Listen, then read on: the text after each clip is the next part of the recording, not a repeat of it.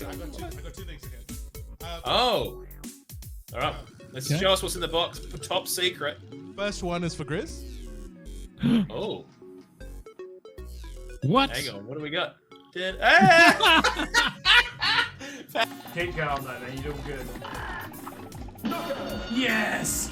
Dude, you punched the fuck out of that, man. Holy fucking shit! So good. Yo, Captain Pear. I didn't know what was going on there. Man. Fucking got him. Fucking got him, dude. Holy shit. Dude, good game. Fucking good game. Are you ready? I knew it!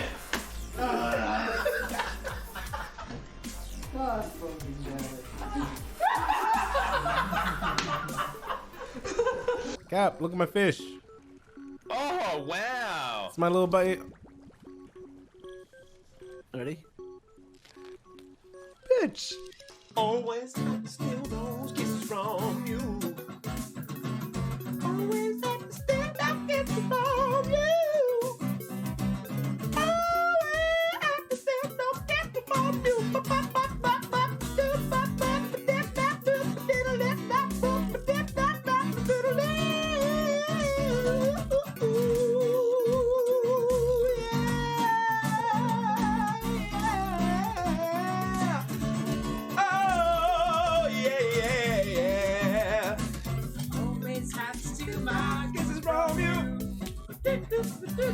Always have to steal my kisses from you.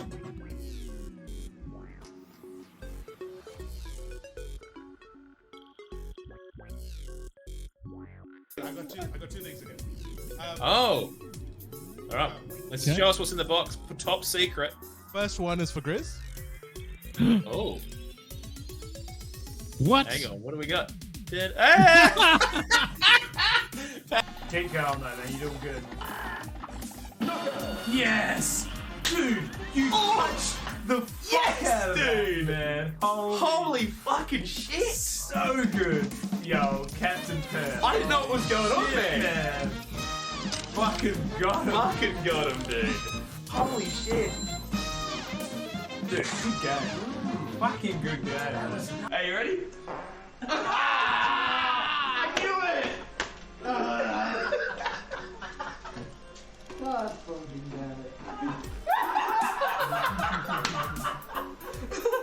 Cap, look at my fish. Oh, wow. It's my little buddy. Ready? Bitch. Always have to steal those kisses from you. Always have to steal those kisses from you. Always have to steal those kisses from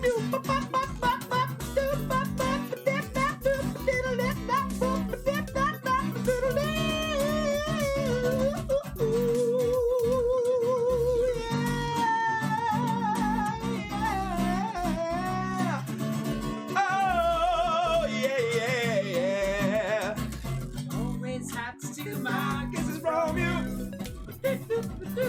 Always have to steal my kisses from you.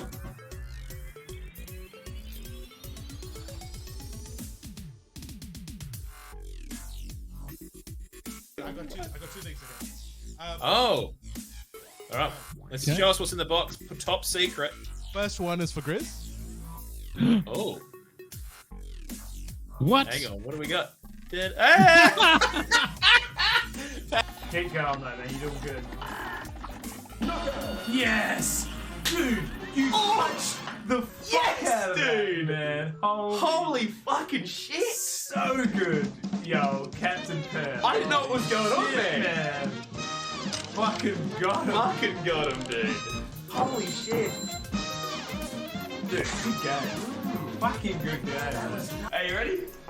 I knew it!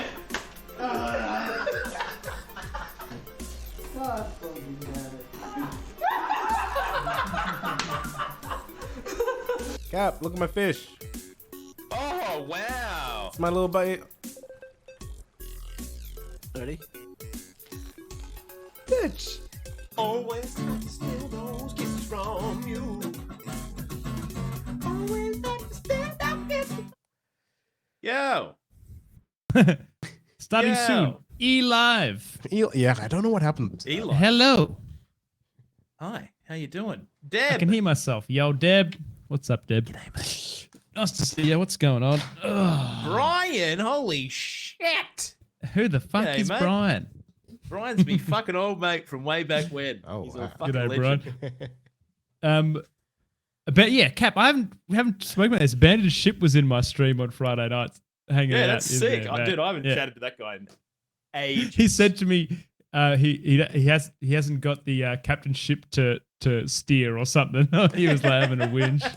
Yeah, neither do I. G'day, Spork. How are G'day, we? Spork. How's it Hope going? you're doing well. Welcome on in. Brian, have you caught a podcast before? I don't know if you have you? Maybe. It Potentially. says it's typed in the channel before, so probably. Okay, maybe you have. Must have been in one time. Like maybe typed when we were offline. I have, but been lurking. Well, mate, welcome to the Back End Podcast. Hope you've been enjoying Legendary. it, mate.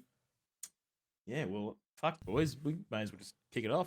Let's get into it. Cap, put your stopwatch on.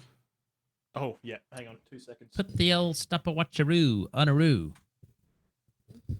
Timer.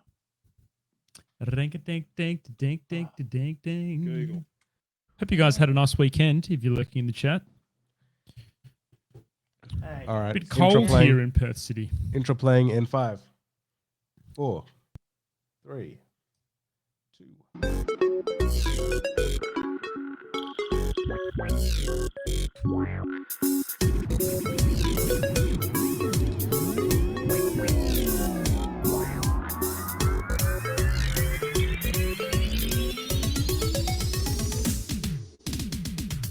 G'day and welcome to Oceanic Gaming Frickin' Radio. You've just joined us because the podcast has just started, so you clearly just got in here. Anyways, this is your one-stop shop for a bit of Aussie banter, bit of gaming-related discussions, reviews, previews. Well, we haven't actually had a preview yet, but I'm sure it's coming. But yeah, thank you for joining us as always. Appreciate you. My name is Captain Perth. And alongside me, as we have every week, is Pavlovaface and Grizzly Gaming 86, or is it just Grizzly 86? Hoi hoi. Oh, not officially. Actually, you know what? I'm not going to change it. I'm not going to change my Hey! Twitch name. It's not going to happen. So, Grizz, After- talk us through it. You basically you've had a bit of a midlife crisis with your Twitch name. I absolutely have. I decided that it's a fucking gaming platform, right? Like, I feel like Not Grizzly. really. Well, not Twitch? really, but I feel like Grizzly Gaming is a bit of a, it's just, it doesn't need to have the gaming part. So there were a couple available, Grizzly AU _AU or Grizzly WA or a couple of others, or Grizzly AU 86. is not too bad. Grizzly AU is not too bad, yeah. Yeah. But I don't know, man. I think I'm just going to leave it. I don't know. Yeah. What do you guys think? What do you guys think? Well, I What do you think reckon? my comment in your stream the other night kind of summed it up pretty well. What did you say? I was like, yeah, mate, fucking, I've never seen you play any video games in your channel. All you do is just talk about fucking grizzly bears. Yeah, very true. I feel like you selected the incorrect part of your name to use Just- as your identifier. So just be gaming. I reckon Yeah. gaming probably Gaming 86. gaming 86, mate. Yeah, I don't That's see it. anything wrong Done. with that. Oh Love my it. god! But look, how are we going, guys? Have you feeling better now, mate? You got over your COVID? Yeah, I'm going pretty good. Still a little rough around the edges, but pretty much like I'm back to 100. To be honest Yeah? with you. Oh, that's Yeah, I'm good. feeling It took me You ages to fucking get back passed to it on to me, mate. I've got a case of the big old man flu at the moment. Actually didn't go to work today. Stayed at home with my middle daughter who's also unwell. And I literally had like a 2-hour sleep this afternoon. I was just feeling completely out of That it. sounds So great. just- I mean, I know you're not feeling well, but fuck, that sounds good. oh, know, it was sitting nice at because it home was all sleeping. raining as well. It was Yeah. like real rainy. And I don't know what your bedrooms are like, but ours have like blackout blinds, so it's like pitch black in there. Oh, Yeah. pretty good. Yeah, amazing. Very, very jealous of that. I went to work today, which was, it was work. It was good. It was fine. It's just working, right? Mhm, But mhm. now, Grizz, We had a Yes. bit of a D&D session yesterday. Yeah. All right, let me run you through this. So we had our second Dungeons and Dragons session on Saturday, Sunday. I lose track Yeah, of my weekend days. yesterday. Anyway, I've got a little story. I think the highlight of the episode for me was so I play a rogue called Cardell, who's a deep gnome rogue, and we found ourselves in a cave, and there was 3 dancing zombies, and we decided to engage these dancing zombies. And I'm level 2, right? And I don't know if you know much about D&D, but essentially a level 2 rogue gets this thing called it's an extra bonus action where you can basically run in, stab a guy, use a bonus action to disengage, and then you can run away. So then you're out of safety.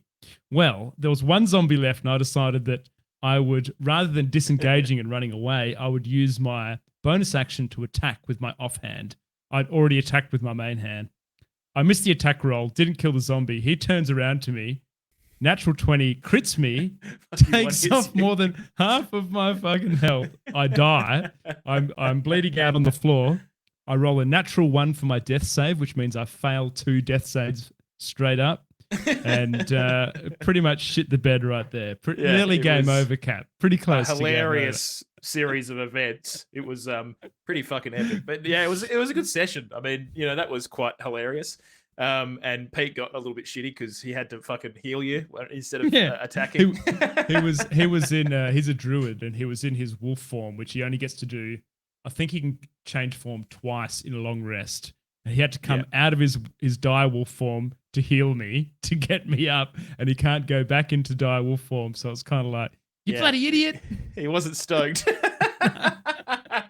was like, this will be a good lesson for you, pal. Yeah. So it was a bit of a lesson. See, dude, I thought like having 12 hit points, my maximum is 17, or level 2. I thought I would have been like fucking fine. Nothing. It is fuck all, especially at level 2, like still bugger all. Now, there was some pretty amazing puns in that particular session. I think the best one, though, Grizz, was when we walked into that room and it was full of dead bodies, and then we ended up fighting some skeletons, and then we couldn't find any more places to go in there. And then I said, this looks like it's a bit of a dead end. Didn't you say some gnome one as well that no one fucking picked up on, mate? I can't remember what that was. Yeah, what did I say? Can't remember what it was. It'll come to me, though. It was a fucking cracker. Yeah, it was like I wish you'd known better or something like that. That's good. Anyways, but yeah, anything else happened on the weekend, Grizz? Give it to I streamed on Friday night, Cap, for the first time in a long time, and I had an absolute cracker time. I actually ended up doing a shoey and just having a good old chin wag to people I haven't spoken to for a while. Really enjoyed it. Yeah. So what's a shoey for those that don't know? It's where you pour alcohol into a shoe and you drink out of it. Right. It's an Australian pastime. Why do you do that, Grizz? Well, you see, it is a bit of folklore here in Australia where they think it boosts the immune system. Once upon a time. By pumping your body full of things that shouldn't be in there, like toe fungi and yeah, fucking what, like athlete's foot. Athlete's foot, yeah. Bit of tinnitus. Is that? Wait. No, you're thinking of what I've got in the ears. What do they call that shit in between your toes? It's is it tinnitus in the toes? I don't know, something like that. Starts with a T. You might be right, actually. Maybe I'm getting confused now. What about you, man? Anything else happen? Well, I had a beer on Friday night, and that was my first beer in almost 2 months, which was quite the length of abstinence for myself. It's probably one of my longest running abstinent sessions, excluding the one between years 1 onwards. But yeah, it was good. I had a few tins, which was nice. What did I do on Saturday? Didn't do an awful lot on Saturday. Just kind of cruised around, but been playing a bit more Xenoblade Chronicles 3, which has been pretty good. You rate it, Cap? You rate it? Mate? Yeah. Look, do you know what? It's a really good RPG, JRPG, I will say. But it is missing something, and I think what it's missing is the big issue for me with that game is normal difficulty is too easy, and it just feels like I'm fucking just setting and forgetting my heroes, and then the hard difficulty is just like silly in some instances.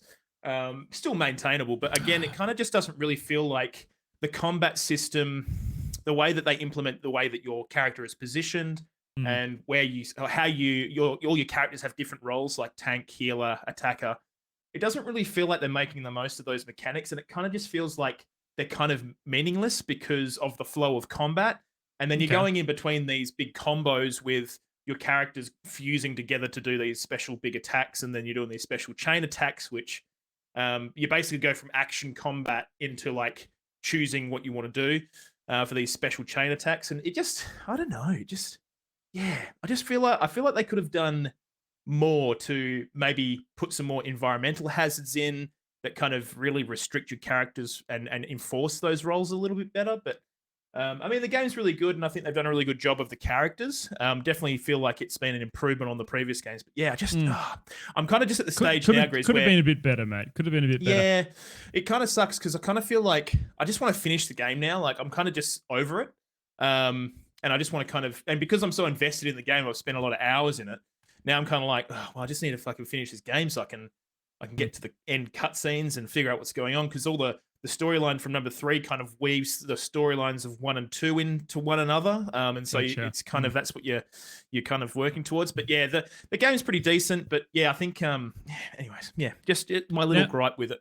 Now, Cap, a few weeks ago now, probably a month ago, we had the Devolver Digital showcase. Now, yes, Cult of the Lamb is releasing on Thursday. I saw that fucking coming. Yeah. Oh, is that let me have a look on the store page. Because I saw that too, and I wanted to mention it, and then I just so forgot about a bunch of people got some pre-release keys, and I panicked this morning and went, "Fuck! I need to go apply for one because I'd love to stream it before it's released." And I applied for one and haven't heard back. So Devolver Digital, if you're out there, you want to give me a key before Thursday, flick it through. But dude, it looks awesome, man. So it has like I don't want to spoil the story for anyone that is listening here, but there is some Twitch integration stuff in that game that is really interesting. So you basically have like this town hub thing, and the people that are following your cult are all members of Twitch chat. Twitch chat can design what their characters look like and bits and pieces. That's cool. And you go and assign them to different bits of your town. That's cool. Do cool things. So it looks very cool. I will 100% be picking it up. To give that it a go. That is a significant amount of time investment in terms of dev to get something like that happening. For what you initially will probably think, oh, what a kind of useless kind of thing for the vast majority of cohort of players. But when you think about it, man, the amount of fucking copies of video games that Twitch must sort of sell by pure advertisement on people's streams must be fucking bonkers. So huge, it's such a smart way to increase the amount of draw that your game kind of has, and probably also get people streaming on Twitch, which is good for Twitch. Well, that whole Among Us blowing up a couple of years, Cap, was because I can't remember, it was either Soda Poppin' or one of those big streamers started playing it, and it just literally grew like wildfire and came from this game that was like a small indie one into something that was hugely successful. So yeah, that's it, mate. You just need that. I think Twitch is a really good media for game devs to try to capitalize on to sell the game for sure. I'm so keen on Cult of the Lamb. It looks really fucking radical. It looks wicked, eh?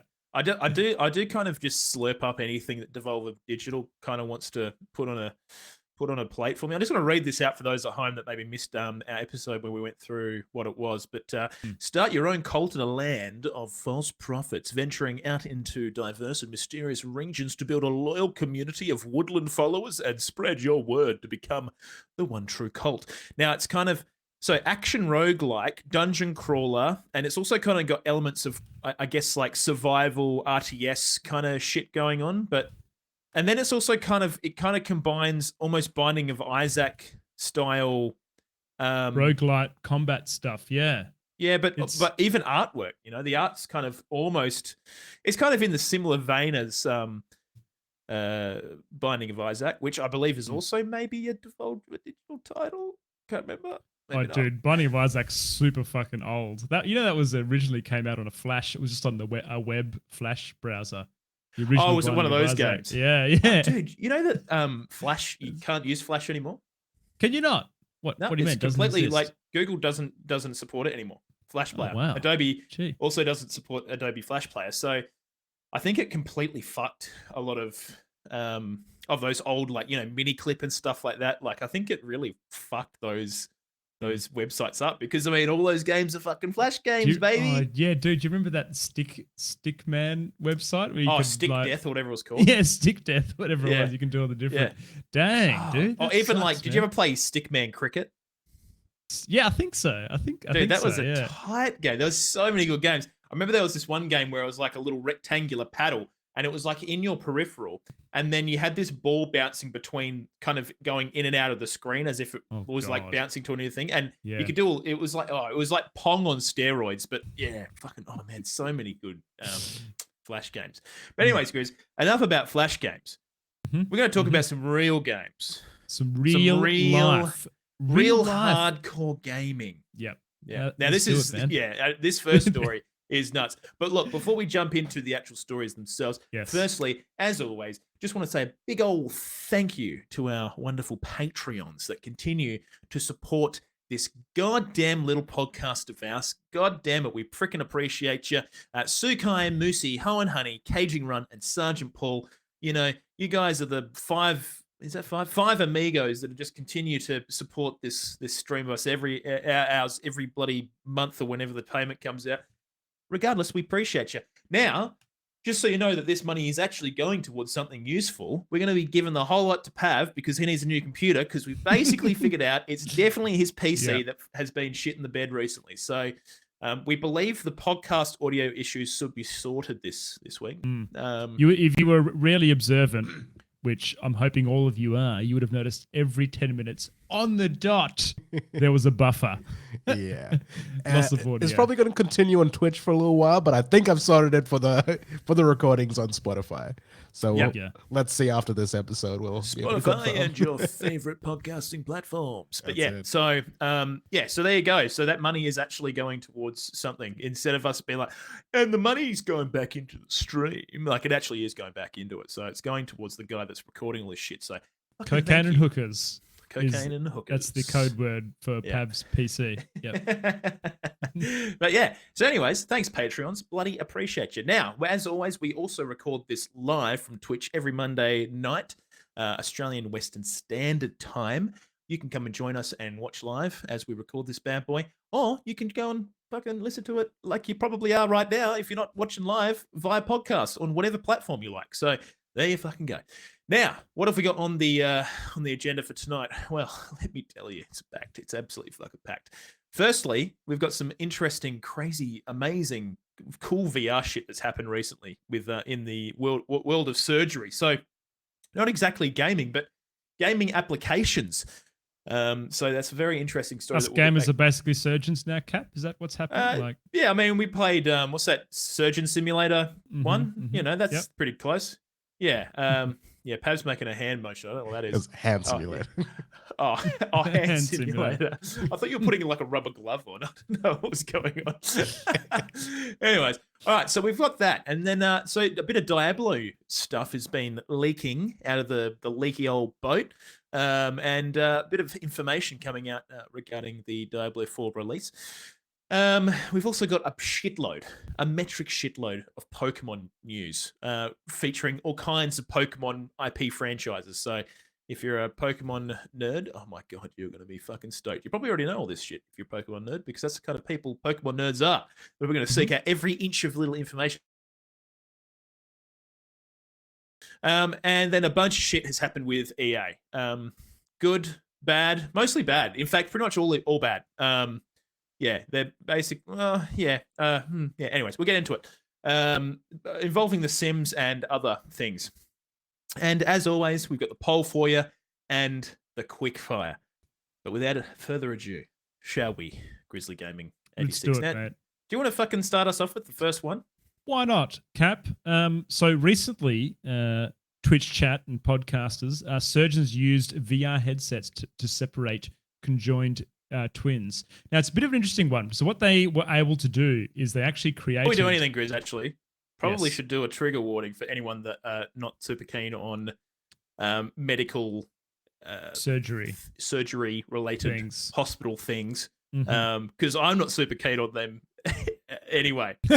So So, Cap, can you just mind turning your headset off, mate? All right. While I Yeah, talk right, about I'll this. be right back. I'll leave you. Okay, yeah. No, look, we're not going to talk about any of the gory stuff. But yes, if this does make you queasy, maybe switch off for a second. Look, this is really interesting, Cap, because what they did is they made like a model of the anatomy of the conjoined twins. They had a pretty interesting diagnosis where their brains were essentially fused. So trying to figure out exactly how to separate them was challenging, and they had tried a lot of different techniques. And what was interesting about this, Cap, is they had a digital operating room with surgeons from around the world, and they were basically trialing different ways in the VR, kind of using VR to go and do that, and then basing how they went in VR, how successful it was. So using like a modeled anatomy for these conjoined twins. So yeah, the actual surgery is you go, Cap. Yep. I was just going to say, so they literally basically fully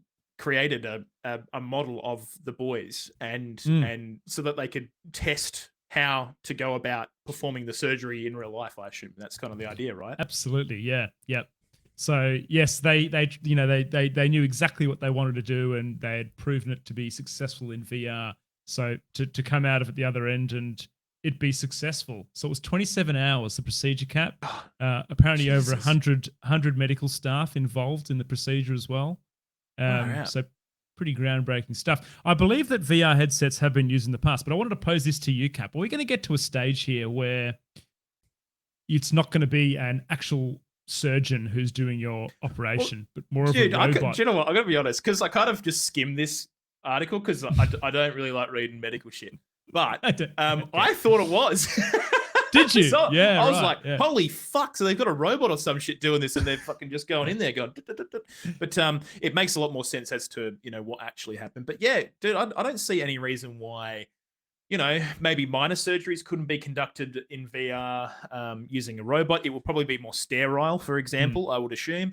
There's probably certain reasons you might utilize that instead of, a live human. So I don't know whether you dealt with this in your geo background, Cap, but in like a health and safety background, kind of what I work in, oil and gas, you actually try to eliminate humans doing things because human error is a thing. People make mistakes. I do that at work as well, mate.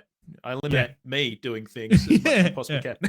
yeah. So a lot of the mine sites in rural Western Australia and bits and pieces, it's all like most of it, they have trucks that are driven using technology. A lot of it, they've just removed the human error picture from that altogether, and it's all autonomous bits and pieces, using modeling and our cars these days, man. Like my father-in-law got stopped at a booze bus the other day, Cap, and the policeman went up to breathalyze it in the front seat. And his car had one of those things. If someone gets too close to the bonnet, it will literally slam on your brakes and steer the car away from whatever it is that has gone safely. This cop went a bit too close to him, and the full car just went and like did this big brake, and the cop was thinking that he was being an idiot kind of thing, but completely out of his control, So it's just trying to explain that to the cop. They're like, oh, okay, yeah, right.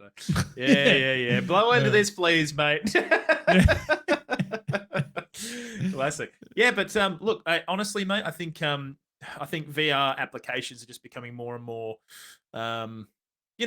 everyday life kind of shit. Like, I know that there's been like a lot of push for training people to do certain things, especially mining wise, underground and stuff like that, using VR headsets before people, get put into. Yeah, absolutely. So driving big things like loaders and shit like that. There's been a push towards using VR headsets to try and train people up before they actually put them on the tools, basically. But man, the applications are just fucking nuts. Crazy. I guess it's pretty much the closest thing you'll get to actually doing the real thing, right? That's the closest you can get to doing it. So, absolutely. I suppose the only difference really though, Grizz, is I guess the control, like your controller. How do you control? Because obviously you got the headset. So how do you control your interface, right? So I suppose that'll probably be. You'll probably find that in the next five or so years, maybe that'll probably be where a lot of the money goes. Maybe. I mean, the VR headsets. There's only. I mean, I'm sure there's things you can do in terms of making the experience more realistic and whatnot. But I think the way that you interface and actually perform activities within the VR space is going to be really important, especially for maintaining that atmosphere and drawing you in and giving you the ability to maybe have something that's a little bit more closer to the real life, especially when it comes to things like training and stuff, right? So, Yeah. yeah, I mean, I don't know fuck all about VR. I haven't even got a VR headset. I'm thinking the VR for PlayStation 5 might be the way to go. I think Looks I've pretty good. told you this. Maybe I have, maybe I haven't, but I have never been in VR ever. I've been in VR. I have never put a VR headset on. In fact, me and Pav were on TV. We were. Right. Oh yeah, I got interviewed and everything. It was sick. Famous. Yeah, famous VR man. But yeah, so there you go. Well, very very interesting story there, Grizz, and yeah, hopefully a sign of things to come. I'm sure that this could be, because I think the whole idea, Grizz, was that they tried to go in a couple of times already, and they basically failed. And so this enabled them to model all of the intertwined sort of muscle structures and bits and pieces, so that they're able to actually kind of almost trial things before getting into the surgery itself and figure out what was going to work. Yeah, and it's crazy. Paid off. Absolutely freaking crazy. But yeah, so there you go. Now, Grizz, Diablo 4. Yes, sir. It's on track. Woohoo! And they've announced the following: cross-play and cross-progression. Awesome. Across me. platforms. Wow. Cross platforms, yes. So, Cap, I'm assuming that Diablo 4 is going to be released on Switch like Diablo 3 was released on Switch. And I Dude, will you say, reckon? well, I would be very surprised if it Fuck, wasn't dude. coming to Switch, dude. Like, Well, yeah, I suppose so. But man, how Diablo 4 looks pretty good, like in terms of graphical capability there. maybe mate. it'll I run don't at know. 160p or something. I don't know. Maybe it'll my be like God, mate. super fucking shit. Look like you actually are playing fucking old Mario or some shit on it. Yeah, okay. Now, the Nuts. Diablo 3, apparently, a lot of people were kind of saying, oh, it's never going to work on a console. Like, I feel like the Diablo franchise without a mouse and keyboard. But it's supposed to be awesome, dude, on a controller. Yeah, Diablo 3. it works really well. I actually think in some ways it kind of works better, because there's a lot of, like, I think even Diablo 3, I think the whole kind of the way that you position your character to perform spells and whatnot, with AoE abilities and kind of cone of effect kind of stuff. I don't know, man. I just kind of feel like it makes almost a lot more sense on a fucking controller. You know what I mean? Crazy, because that's exactly what happened. This Reddit thread, someone posted one a long time ago, and Diablo 3 came to Switch, I think it was, or maybe PlayStation 4, and it was like, I feel sorry for all those nerds playing on consoles. And then it was basically like the whole thread was saying it actually plays better on a console than it does on PC. Yeah. Like, it feels more natural, and I just think it makes more sense, because, like, think about like your character, like your character is the point of origin, right? And so everything you're doing is 360 degrees around that character, and that's what a fucking control stick is. It's a revolving 360 degree thing, like, and so when you apply that in there, it makes, like, to me, it makes more sense. And I have played Diablo 3 on consoles, and I preferred it. And I think I'll definitely be playing Diablo 4 with a controller. Do you think you will, Grizz? I mean, it depends on, I suppose, how many abilities and stuff and how well it gets if I done. have it on PC, I think I'll play it on mouse and keyboard. Because I'm I don't know, what do you say? The originals, like, it's kind of how I would like to play the game. But the cross-play thing, Cap, I think is going to be awesome for it. One thing that I've really enjoyed about getting a tablet was playing Magic: The Gathering Arena on my tablet, and then coming home to my PC. So, like, I'd start an arena run, right? And I'd pick my deck, and maybe I'd play a couple of games on the train, and then sit down on my PC at night, and I'd finish off my arena run. But I think cross-platform play, I think, is going to, and progress between the platforms is going to be pretty sweet. It makes a lot of on sense, though, right? Like, having that in games these days. And I mean, the lines are blurring so much these days, aren't they? Like, between consoles and everything else. I suppose for me, I think it's a smart decision by Blizzard to pump it out.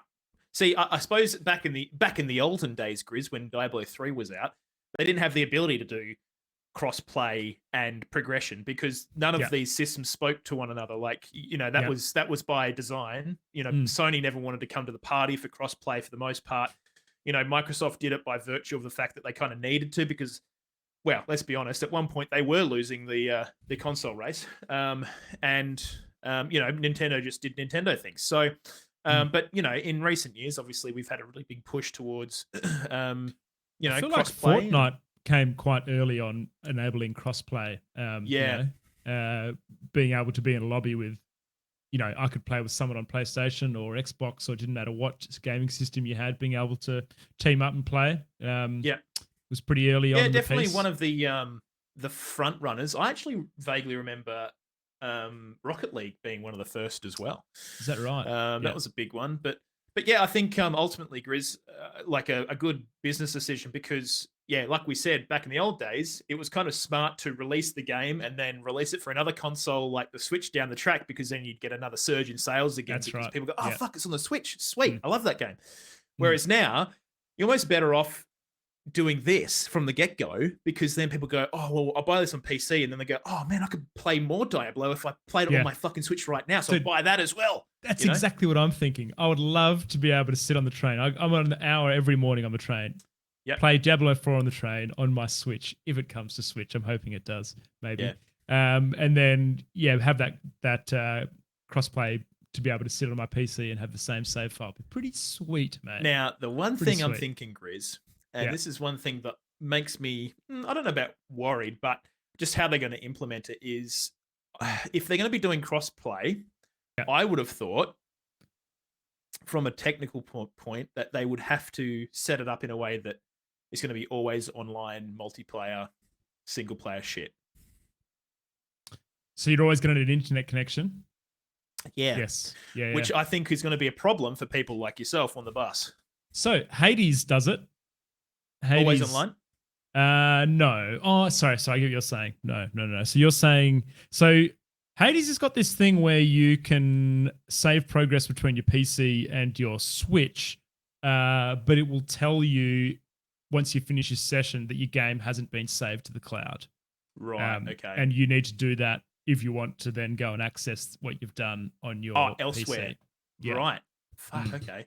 That would make sense. It'd be interesting to see how deep they go in on that with Diablo 4 because, I mean, obviously it's a big technical difficulty to ensure that that progression is maintained. And also you're probably going to be worried about people maybe reverse engineering some funky shit and giving themselves fucking, all kinds of bullshit hacks and stuff. I'm with you. I think Diablo 4 is going to be an online thing. I actually think Diablo 4 is going to get hate from this, but it's going to be similar to what we've seen in Diablo Immortal, where it's an online game, right? Yeah. And you've got these areas of open worldiness with public events and bits and pieces is kind of what they've said.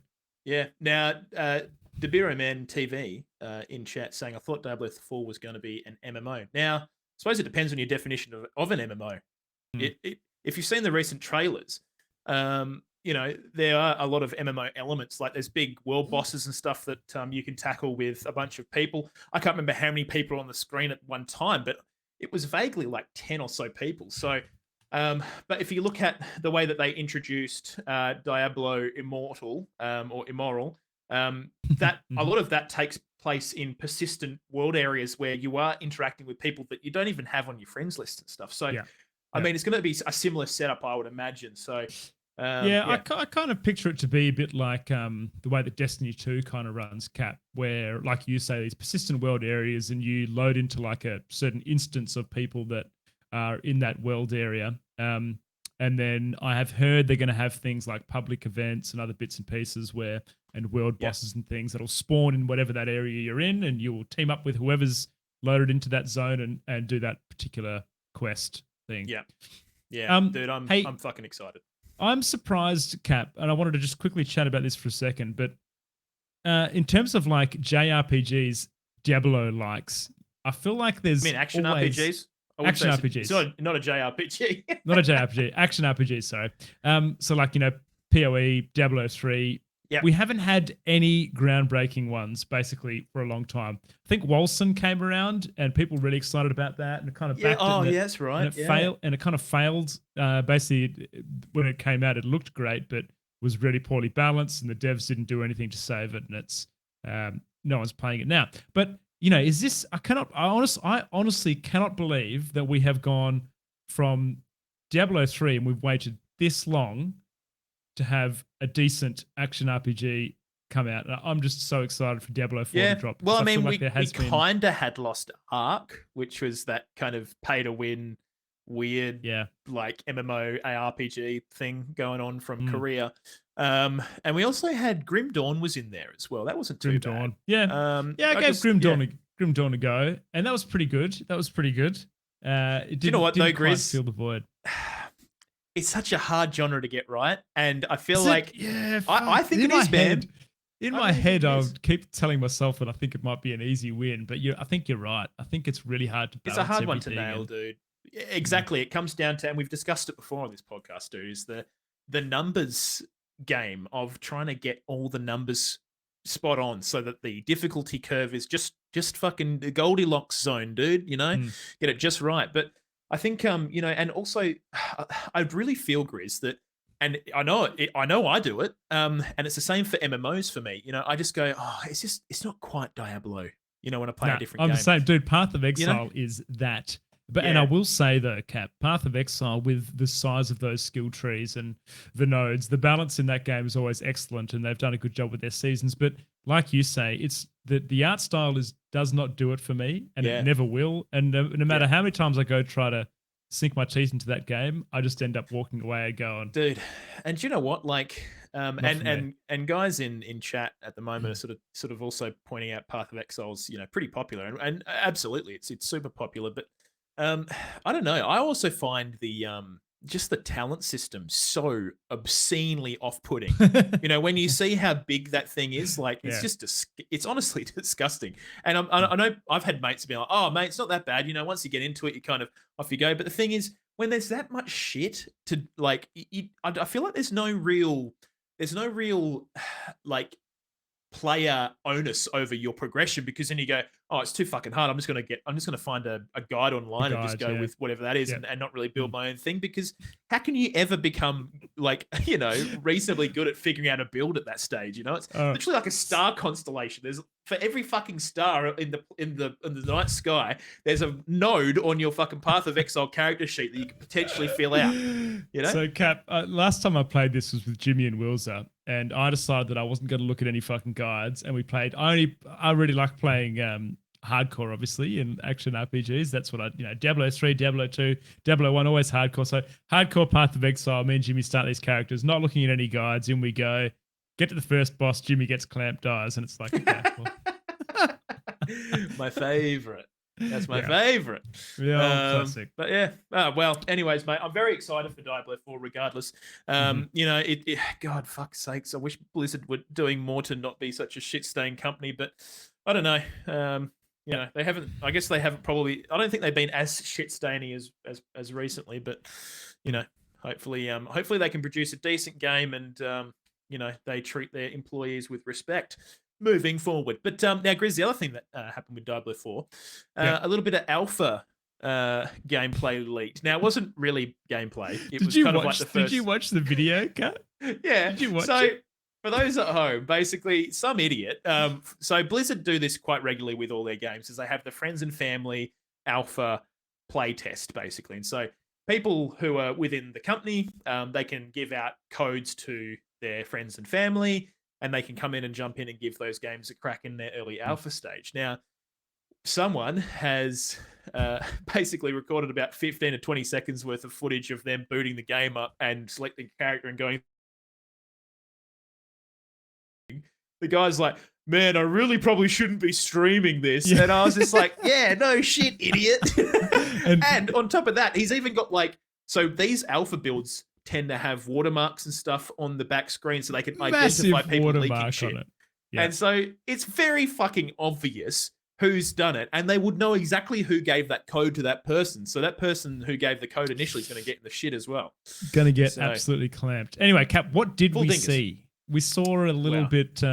we saw the very Diablo-ified, where you see the characters lined up around a campfire and you can kind of switch between the character. And we saw maybe 5 different characters there. And then he selected, I think it was the assassin, maybe, or the warrior. He selected the druid. The druid. And you can basically see quite a lot because this is the thing, Cap. Diablo 3 wasn't very customization in terms of your character customization, like quite minimalistic. But this seemed a little bit more in depth. You could pick a couple of different facial expressions and face body combos and bits and pieces in there. So I don't know. Yeah, it in all honesty, Grizz, it wasn't really much more than we had already seen for the most part, but there was some interesting stuff surrounding the tutorial. So there was an option to basically be more handheld or less handheld, essentially. And they kind of showed off some of the customization options. I thought I saw the druid, and it was quite well. I mean, I think it looks really good so far. I'm fucking so keen. Great. Yeah, I'm so keen. I'm so ready for another fucking Diablo It looks game. much I just like how the clips, and this is off topic. This is nothing to do with the news or anything, but Cap, I really like how the clips that we've seen of videos and stuff have been a lot more dark and brooding and a lot more violent compared to Diablo 3, which is a bit more cutesy. I think it definitely seems like they're really I don't know, leaning into the whole Diablo kind of, I don't know, devilish demon kind of thing. And I mean, God, what do they call them? The nasty lady, the big bad lady. I can't remember her name. But Diablo for antagonist. She is something. That Lilith. Yeah. So she's the daughter of Mephisto. And God, she looks, dude, she is like scary. That fucking skin cloak that skin cloak, man.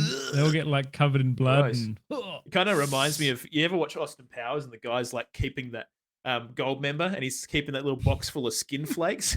That's right. And he's like eating the skin flakes. I don't know why, but that just reminded me of that. Anyways, so looks fucking cool. All right. That's pretty much it for Diablo, I think, Grizz. But yeah, 4. So it looks very fucking good. Now, Grizz, Pokemon released a shitload of stuff, like absolute metric shit ton. And it was part of their Pokemon Presents Pav's thing. raising his hand, Cap, for some reason. Yes, What's Pav? up, Pav? Just wondering if you want to start the segment off with the poll. Yes. Actually, probably a good idea. I think, actually, do you know what?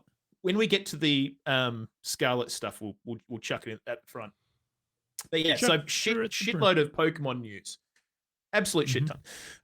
Mostly surrounding a few of their main IPs. Now, Pokemon Go, Pokemon Unite, the new Pokemon Scarlet and Violet, which is releasing, I think, later this year, Pav, is that correct? Yep. And Pokemon Cafe Remix. So, look, let's dive in first, Grizz. So, they did a big old Pokemon Presents like announcement trailer thing, live stream. It was about 20 minutes. Now, the first thing they sort of brought up was this Pokemon Go stuff that's is coming soon, and it's surrounding Pokemon I've never fucking heard of.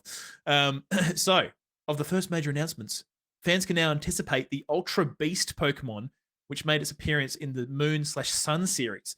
This will be arriving in Pokemon Go in late August, so it's start of August now, so not too far away, during the Pokemon Go Fest finale event, and you'll be sure to see Nihilego, Pheromosa, Buzzwole, Zerkatry. Pav's laughing at you, Cap. Yeah, dude, I don't know this Pokemon. I know red version, what's it called? Yellow version, and Grookey. Grookey gang. So, Grizz, I did some research. Yes, go. Give me your research. Because I didn't know what an Ultra Beast Pokemon was. I was like, what the fuck does that mean? So, the Ultra Beasts infrequently appear from Ultra Wormholes. Dude, do you know what? I was thinking about this in the shower, Grizz, and I was like, we have gone from just like Pokemon monsters in the early days to fucking Pokemon coming out of wormholes. In the modern day era Pokemon games. When they say wormholes, Cap, are they talking about holes made by worms in the ground, or are they talking about like the space wormholes? They're talking about space-time continuum shit, dude. Yeah, so, anyways, so there's a bunch of different special Pokemon that can kind of exit out of these wormholes, and I'm guessing they're just like space Pokemon or some shit. So, yeah, I don't know. Maybe Pav can like, come on, Pav, get in here. All right.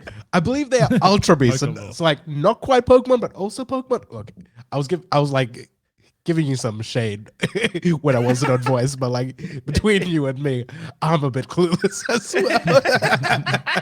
But they're Ultra Beasts, so they're different. They're like from another dimension, like Pokemon from Right. another dimension. Yeah, kind of so thing. that's kind of what I got out of it as well. So Now- they're kind of like, yeah, these crazy Pokemon. And dude, I tell you what, Buzzwole is a mad dog looking Pokemon. He Is is he like this electric? big red bug Yeah. Pokemon that is just buff as fuck. Fuck yeah. Very rad. So the in-game changes here, Cap. So trainers may additionally encounter Pokemon that might not normally be seen in the wild, and there will be some special research that grants an encounter with a mythical Pokemon called Shaman. You can also attract Pokemon that aren't normally in your area through your incenses and other bits and pieces as well. So looks to be, if you are a Pokemon Go fan, looks to be some pretty sweet changes coming up. Yeah, have you played Pokemon Go recently, Grizz? I'm pretty sure I'm your friend. I'm pretty sure I'm friends with Kazi and Arik as well. I'm but pretty sure you're my friend have, as well. Yeah, I haven't been on Oh, it for really? ages, man. I did quite like it though. I do quite like Yeah. it. Like, It's good, but it kind of hits this certain point where I just can't be bothered. You know what I mean? yeah. Yeah, it just doesn't have enough to really keep me coming back. You know, the thing that I liked about it the most, man, was the whole doing steps to open your eggs. Yeah, I thought that absolutely, was pretty dude. It's cool. smart. It's a good way to get you out and about, and you know, also get money in the Pokemon company's pocket as well. So, you know, Dude, the Pokemon very Go smart. craze when that first landed. Holy shit. Nuts. Absolutely nuts. Can you remember those videos of like guys riding bikes and they had like hundreds of fucking phones on their handlebars and they're like Yeah. pressing all the buttons and oh my god, it was out of control, dude. Crazy. Oh man, it was a time in it was a moment phenomenon, in time, wasn't it? You know, Yeah, it was it was. crazy, Absolutely. man. Absolutely crazy. Yep. But yeah, so Pokemon Go, a bunch of shit coming really shortly. Maybe, I don't know, maybe I'll give it another crack for a little bit. I mean, me and Mia quite enjoyed just walking around, just catching shit for a while there. I've got a picture of Joyce and Lily that I've taken a photo of them next to a Zubat, and I thought that was pretty cool. Is it snap in time, mate? Because you could do it like so you can see the real world around you as well. You know, whatever that's called. What's that called, Cap? Augmented reality. Augmented AR. reality. That's right. Yeah, Yeah. I took a photo of Mia and fucking Charmander.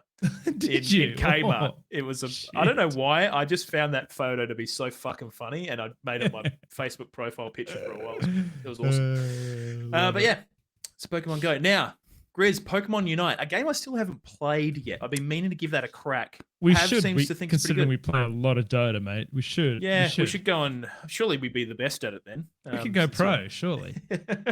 Surely we could. Yeah, absolutely. Now, it looks like they're also bringing the Ultra Beast Pokemon into Pokemon Unite by the sounds of things. Brand new Pokemon are coming to Unite in the future, including Ultra Beast and Ultra Beast, just full stop. I don't The know. Ultra I don't Beast understand that. Buzzwole. And That's an what I've additional read. 3 new Pokemon that are slated for September. Pokemon Okay. Presents also revealed a new quick battle type known as Pick a Party. What is it? Pretty much all characters are Pikachu, including friends and foes. In addition, the mobile title, Pokemon Masters EX, will be getting a Trainer Lodge in its 3rd anniversary. I don't give a fuck about that. Let's talk about Pokemon Unite. Now, Grizz, I downloaded it from my Switch, but I never ended up playing it. Did you really?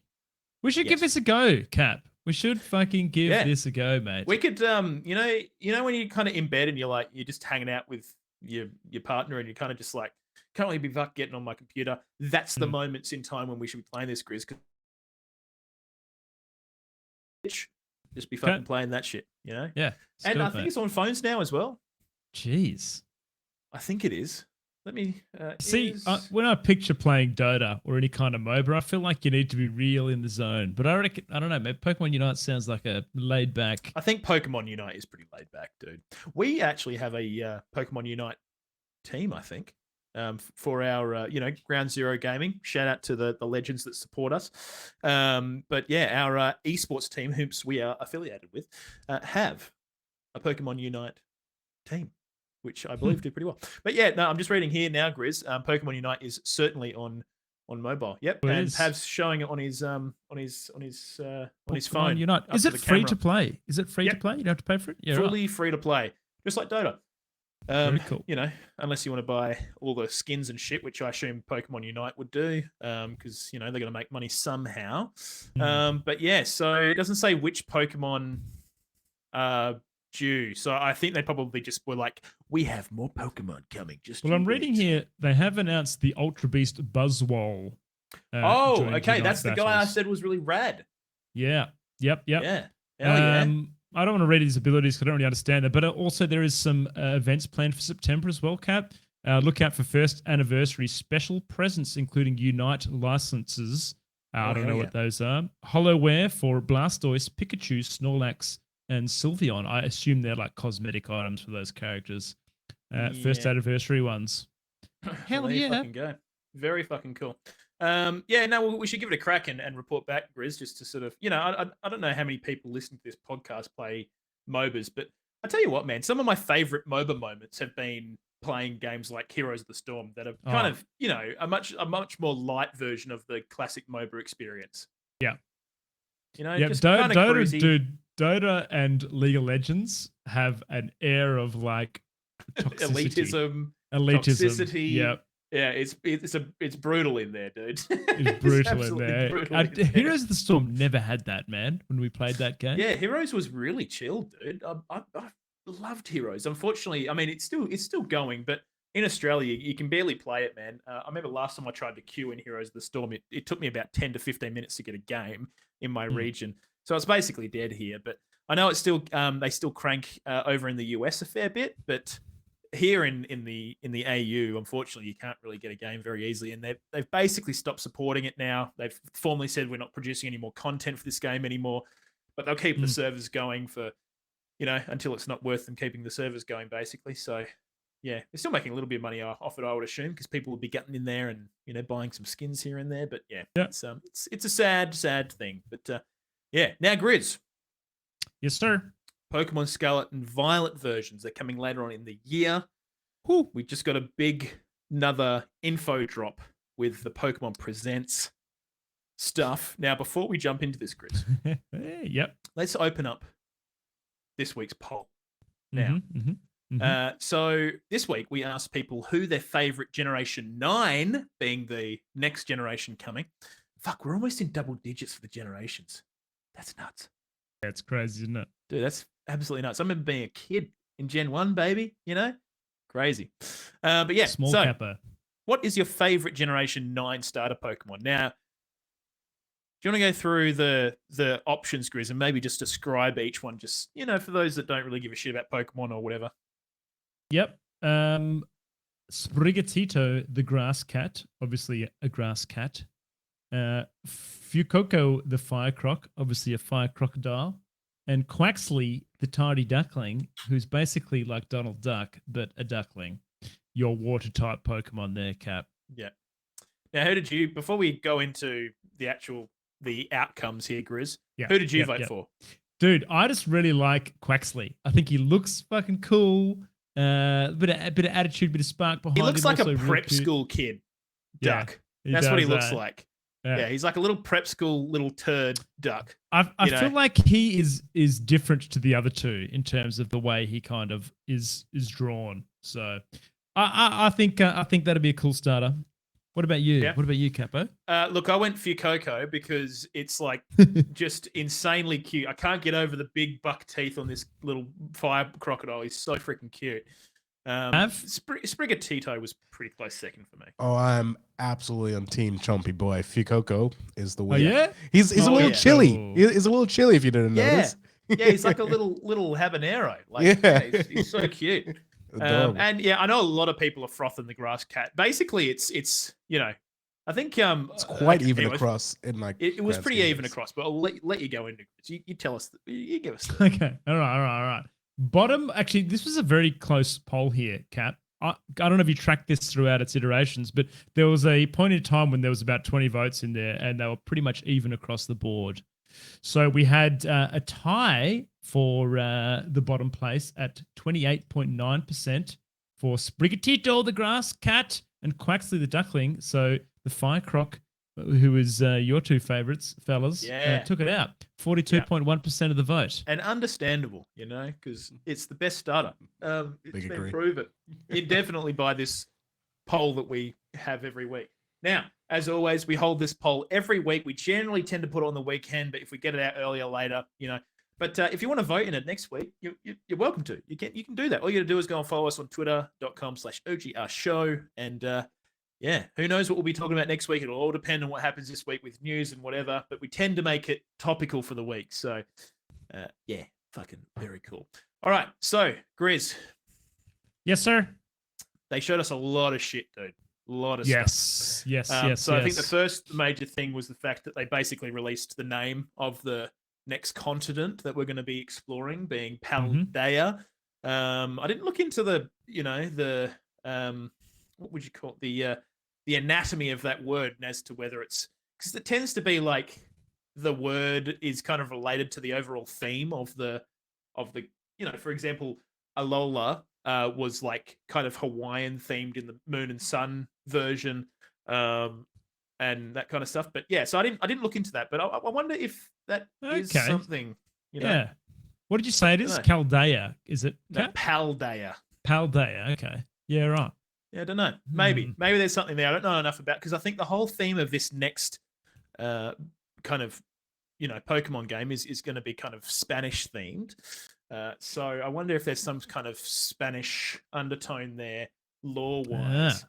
But yeah, interesting. Now look, off topic a little bit, but we're on topic. But so Grizz, the legendary Pokemon that have been showing up on both the covers of each game, they are these big kind of lizardy-looking Pokemon. One kind of looks like it's from the Stone Age. One kind of looks like it's from the future. And that kind of differentiation there is the differentiation in the versions you have, which are essentially the time in which those stories take place, kind of, I believe. But those particular Pokemon, Corydon and Miraidon, I don't know how I'm pronouncing that correctly, but anyways, they basically look like lizard motorbikes. And you literally, pretty much from the start of the game, you can start riding them around. Now this is interesting, Grizz. Pav is saying Paldea may be derived from pal, friend or ally, and dea being educational learning, which is interesting because the game is, and I'm telling you what, when I was watching the trailer, I was just thinking fucking Hogwarts, because the whole thing takes place in a school. So Paldea, friend, school, right? Done. I'm telling you, Grizz, there it is. You're all over it, mate. We cracked it, mate. We cracked it. the code.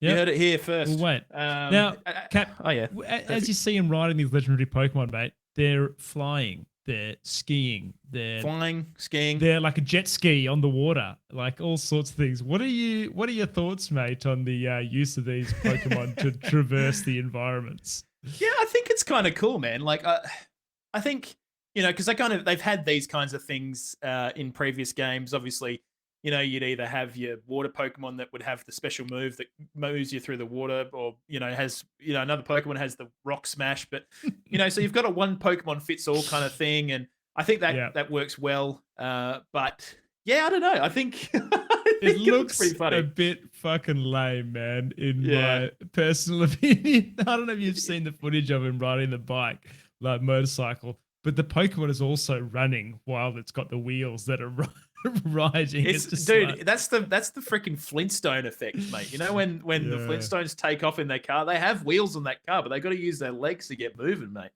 So yeah, I don't know. It looks interesting. Now, Grizz, the first thing I thought when I saw this trailer was, holy fuck, it is just like Arceus. So close to Arceus. Did you think the detail on the environments is similar to Arceus? I would say the graphics a bit better, but pretty similar textures. I think a lot of Arceus was a little bit kind of washed out, and I think that was by kind of artistic design. But yeah, so we saw some ice landscapes. Cap, we saw a couple of Gyarados swimming through the water. We saw some like foresty kind of land and a bit of desert kind of themes. So were all those kind of areas in Arceus? Was it similar, pretty similar kind of areas? I think, I'm just looking at like the trailer now. A lot of the areas do kind of mimic sort of things that you could, you places you could go in Arceus. I just think the town obviously is a lot more vibrant, which is good because I feel like there wasn't an awful lot of vibrancy in Arceus in just the color palettes and stuff that they were utilizing. But I don't know. I remember we spoke about this when they first announced this open world Violet Scarlet Peace Cap, and our kind of takeaway on this was we hope that they used a lot of things that they've designed for Arceus to kind of build upon what they had there and add a few more details to the open world environment and kind of build off that formula they've got successfully. Maybe. What would you say? I think this is what Pokemon has needed to be for ages. This is absolutely what Pokemon needed to be. Like, you know, we have so many examples of open world games now, and for Pokemon to have taken this long to get its shit together to, you know, explore this avenue of game design. I just can't believe it's taken this long to get to there. Now, it's going to be interesting to see how they go with, and we've spoken about this before on the podcast as well, but, you know, obviously having each of these little Pokemon in this game, each one needs a different character model, each one has a different move set. How do we animate every single different move in this game? There's probably thousands of different moves in this game, I would assume. Unique animations, unique graphics. God damn, it must be a fucking nightmare, Grizz, as a developer. Holy shit. Hopefully they can grab what they've kind of pulled from Arceus as well and maybe apply some of that. But yeah, I mean, I definitely see, you know, how do they do it effectively and not break the Nintendo Switch? They got a bounding box of a dated bit of kit as well, Cap. So how do they, you know, optimize it to make it run and feel nice? Yeah, it'll be interesting. Well. There were some performance issues, I think, with Arceus. Like, you know, certain times you would get too close to boundaries, and you'd have this fog that would appear that kind of would reduce your field of view and stuff. It doesn't seem like there's much of that happening in the trailer, but you never fucking know. And also, when you're super far away from stuff, like the FPS of far away Pokemon was like real bad. It was like one flat. I reckon it's still going to be the same, Pokemon. dude. Oh, surely for sure.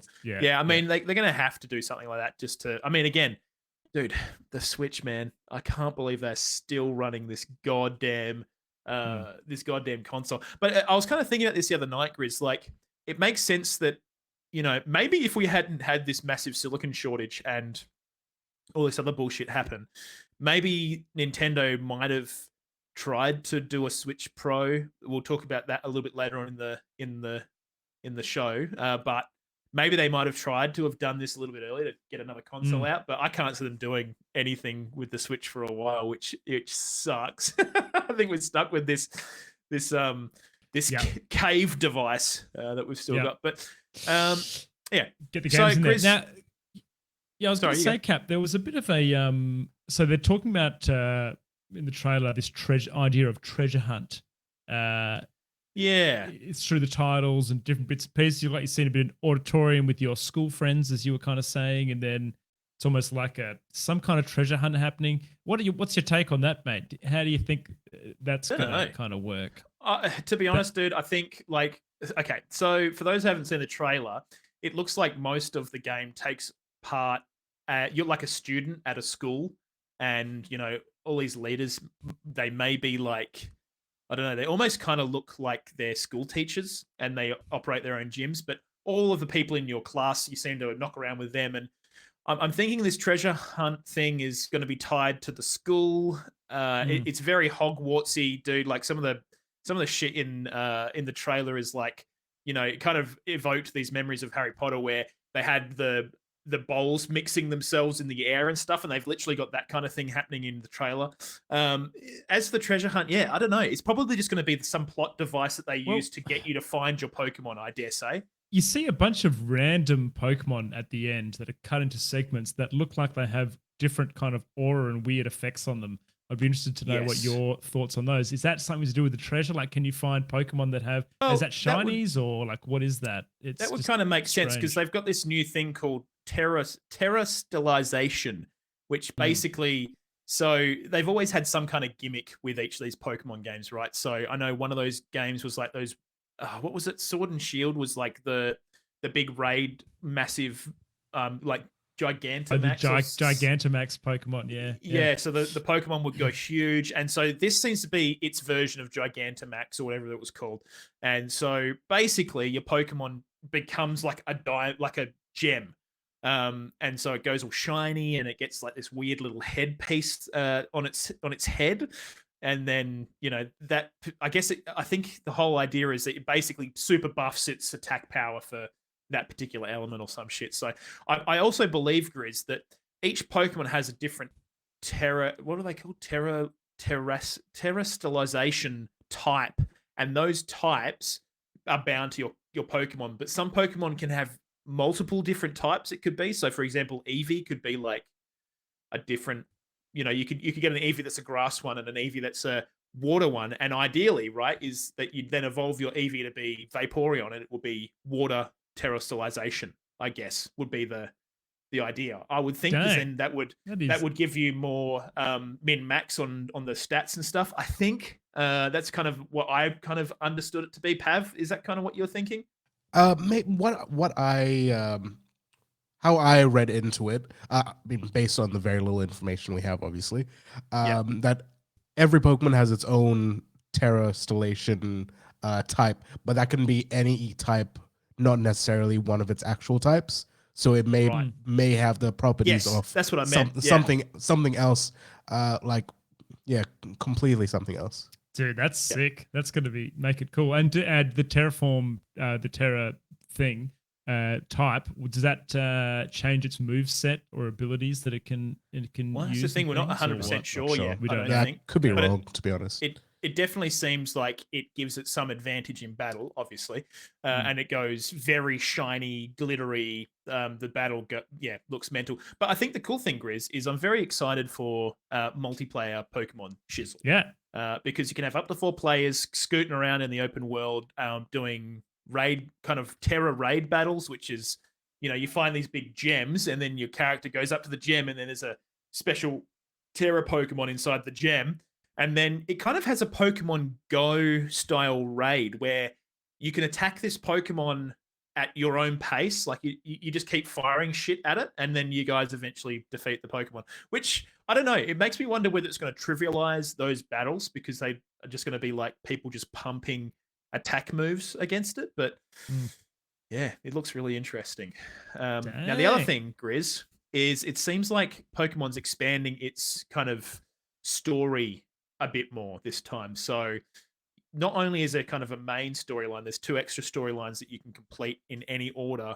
So 3 main storylines that you can complete in any kind of order in the game. Now, I think the thing that interests me, Grizz, is it seems like both the versions have a different kind of theme. Obviously, they're both sort of set in this kind of Spanish-themed world, but it seems like the Scarlet version is kind of more primitive, or elements of primitive kind of caveman kind of shit going on. And then the other version, Violet, tends to be a bit more futuristic with its elements. So like, even if you look at the Pokemon themselves, like the legendary Pokemon, the Scarlet Pokemon looks a little bit more primitive and it walks on its feet, whereas the other one, Miraidon or whatever it's called, the Violet version Pokemon, legendary one, it kind of, it has all these lights and shit on it. It looks like it's a fucking, I don't know, some futuristic vehicle.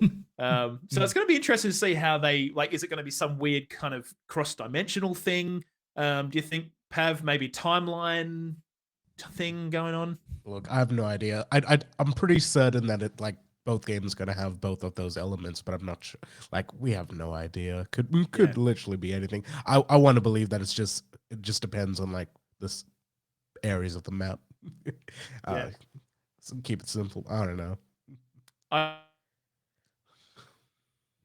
Some rift in time, something, some weird timey-wimey shit going on. Yo, if it was a rift, that would tie into Arceus as well. True, actually. Yeah, good point. Story-wise, for sure. But yeah, I think that kind of covers the majority of stuff that was shown. But yeah, very. I don't know. Did you get the Hogwarts vibe, Pav? I didn't. I think you might have watched another trailer that I didn't see that side of it. Oh, okay. But it doesn't surprise me. I think they are It looks like they're going into the direction of like creating like a quest system, and like that doesn't surprise me. I'm sure you're not too far off the. I was looking at a lot of like, well, the extended trailers seem to have a lot of stuff set in the classroom, and all of the people that you kind of knock around with are like classmates. So yeah, anyways, the first thing to vote for me was like, holy shit, there is a lot of fucking, there's a lot of Hogwarts shit going on here. But yeah, anyways, moving along, Grizz. Hogwarts is a popular thing, Capo. You may as well leverage off it. Oh shit, You know? yeah, absolutely. Now the final item from the Pokemon stuff was Pokemon Cafe Remix, Grizz. Have you fucking seen this? You have any idea I've this never existed? played. No, absolutely no idea. This is completely new to me, man. Hey, before you say this, dude, did you know that video, dude, this Pokemon Present had 3.2 million views? Yeah, Like, that doesn't surprise me. that's fucking massive. It's a lot. Yeah, but That's a dude, lot. it's Pokemon, dude. Yeah, It true. is massive, you know? True. That game is huge. Now, Pokemon Cafe Remix, Grizz. Mewtwo's coming to Pokemon Cafe Remix. Now, what is Pokemon Cafe Remix? It's some weird Pokemon Cafe game, and the mini game revolves around like a Tetris-style Bejeweled kind of game thing going on. You kind of match little Pokemon heads in this little board, and then they pop and you get points, and I guess it kind of somehow adds shit to your cafe. This is a free to start puzzle game. Why is it a free to start game? I reckon it will be, I don't know, but I would imagine it's probably because the first couple of levels are free, and then maybe you got to pay money to play the rest of the game. So it's kind of like a demo. It's a game with a demo, and the tutorial is probably the demo. So, yeah, but it looks like you can train Pokemon, and yeah, it kind of looks like a game my wife plays a lot called Bakery Story.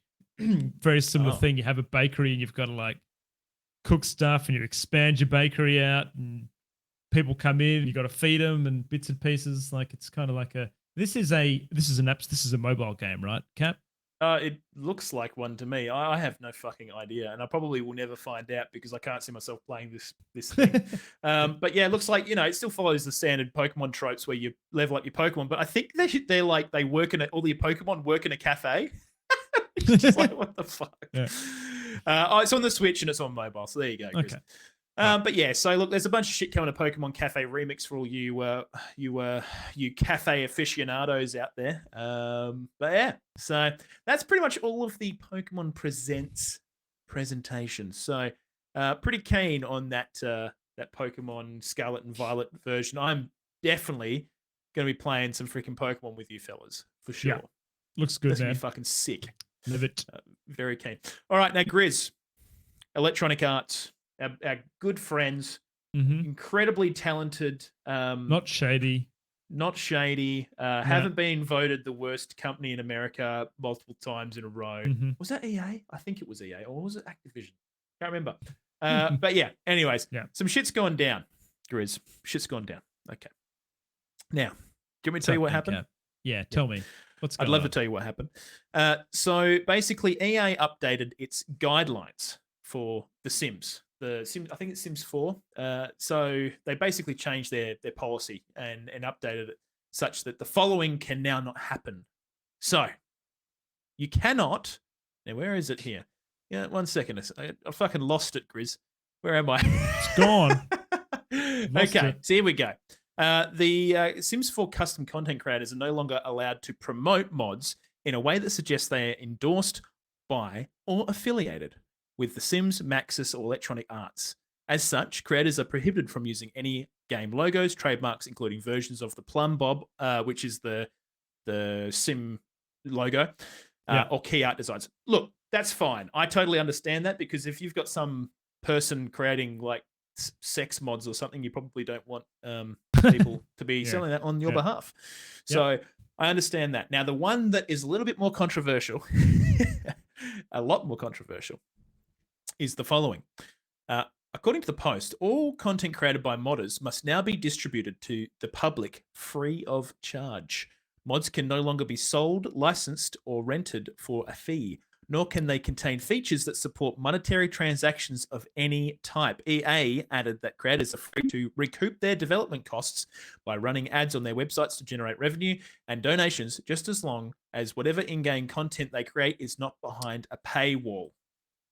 Okay. Is this shady or is this okay, Cap? What's the takeaway I think here? This the big seems issue is they've just dropped this on a community that has a lot of people that make money and are living off creating mods for this game, and they've done that completely without any kind of community, insight. So they basically just dropped it on people. There's one person in this article who says that they basically completely supplement their income with mod creation and Patreon. And it basically enables them to look after their disabled father, and so they're kind of fucked now because they've got no income support. I'm in two minds about this. This is the first time that I didn't research this story at all, but just hearing you explain it to me, I don't know, man. Like, it's kind of when you've created a game and you're a dev and you've created this game and people are using it outside of the bounds of, I guess, the platform that it's supposed to be used in and making money off it. That isn't going to the devs and everything else. And but I guess those things are still going to persist regardless of this change. And Grizz, also, The Sims 4 came out in 2014, dude. Why have they waited this long to do it?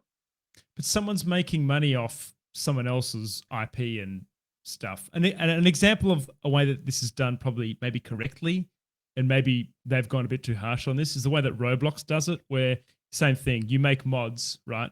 But you spend the Robux inside the mod.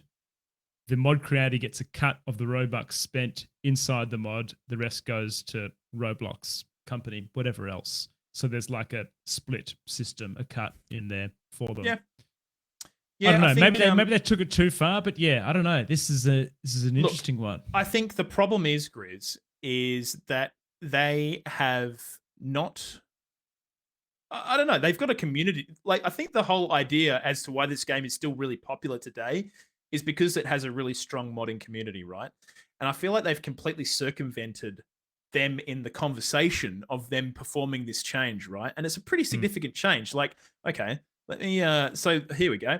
Quite a few content creators who are choosing to maintain their current business practices. One is Felix Andre, one of the most popular Sims 4 content creators, who has 4,433 Patreons, all contributing at least $5 a month. Okay. Now, there's other people in similar kind of cohort sizes that have this. Dude, you just turn off that. I mean, these people are making a lot of money, but there's people who make probably just enough to get by. And like this person, I'm missing their name, but I don't know. I feel like when you've got people that have made money off this game, I get it. It's their intellectual property. But I would have thought when they are really pumping your game in a way that maintains this community that, I would assume would also probably ensure that other sales are coming later on down the track, for your game that is almost 7 years old now. Would you pay for a Super Mario World ROM hack? Yep. Okay. Sure would. You would, yeah. So I'm just making this definition here. Super Mario World ROM hacks are all free. No one has any Patreon. People make those for the love of creating that game. And I understand that people have maybe built their livelihoods around that, but maybe that's the problem. Maybe they shouldn't have done that. It's not your intellectual property. People that create Super Mario World ROM hacks do it for the love of it. They do it, and people enjoy those games. And I'm just seeing it from a completely different perspective. I suppose it comes down to where do you start drawing that line, though, Grizz? Because people go and stream on Twitch and share video footage of games that other people have created and make money off that content. Yeah. Where do you draw that line? We've been pretty lucky. I mean, because we get hit for, I guess, playing other music on Twitch, which is essentially the same thing. I think with gaming, it's just like we've been pretty lucky to be able to do that. And I don't know, maybe there will come a time to play. And like you say, we said at the start of this stream, Cap, that Twitch is probably a good thing for devs. It sells X amount of copies of games and bits and pieces just by having them on that platform. And like you say, maybe that's the same for Sims. Maybe they're shooting themselves in the foot here, where if these guys are going to turn away from Sims and creating content for it, maybe the game will die and they won't get the sales. bits and pieces they need. So could Yeah, could I potentially think go either way. now Ho and Honey in chat saying, they did say that they can, use ad revenue, but I mean, that's a drop in the ocean, in all honesty. You make fuck all money off ads. I'm telling you right now. Yeah. You'd be lucky to make, 0.001 cent for every visit that you get on your website. And, anyways, it's definitely not a 1-to-1 ratio. That's for bloody sure, especially for some of these smaller creators. But look, I think it's just a bit dodgy of EA to just kind of drop this on people. I thought maybe they might have been like, hey, guess what? We're thinking of doing this. And you need to be prepared for this because we're going to do it and we're not going to just drop it on you. Maybe have a bit more of a conversation about that. I think, honestly, people will probably just continue to do it. And maybe this is just a legal thing that they now need to say.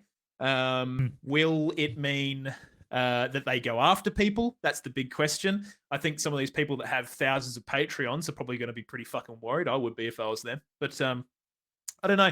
I think if it was me, I would probably try and reword what I'm doing. Maybe say, hey, I don't know, want to support me and me creating further content, yada, yada, yada. Yeah. That's how you're going to have to do Surely it. there's some way that you can kind of word it to, Yeah. your donation is towards me and not towards the content I create. You Yeah. know, something, I don't know, something like that. Like, Yeah, exactly. I'm sure there's ways you can get around it. Obviously, I'm not too sure how you go about distributing your mod because now those mods have to be freely available, and there's no incentive for people to pay you for them. But yeah, I'm sure there'll be people that still do support these people. So hopefully, those people that are kind of relying a bit more on this cash, because I just read that initial story. I just thought, fuck, that's brutal. Yeah. But yeah, it'll be interesting to see how things progress in time, and I'm sure that we'll bring you some updates. There has been an update just saying in an email to GameSpot, EA confirmed that the modders are permitted to continue using early access periods. So they can utilize, like if they're building a mod, they could get people to pay for early access and then go from there. Okay. But once it becomes, actually finished, then it would have to be free to play, I guess. So yeah, there you freaking go. There you go, sir. All right. Now another thing they did, Grizz, is they accidentally introduced incest into The Sims 4, and they quickly removed it. So there's not really much to say about this. It's just the fact that apparently you could have a relationship with your sibling. So, Oh my god. and then they had to quickly remove that with a patch. So yeah, pretty fucking crazy.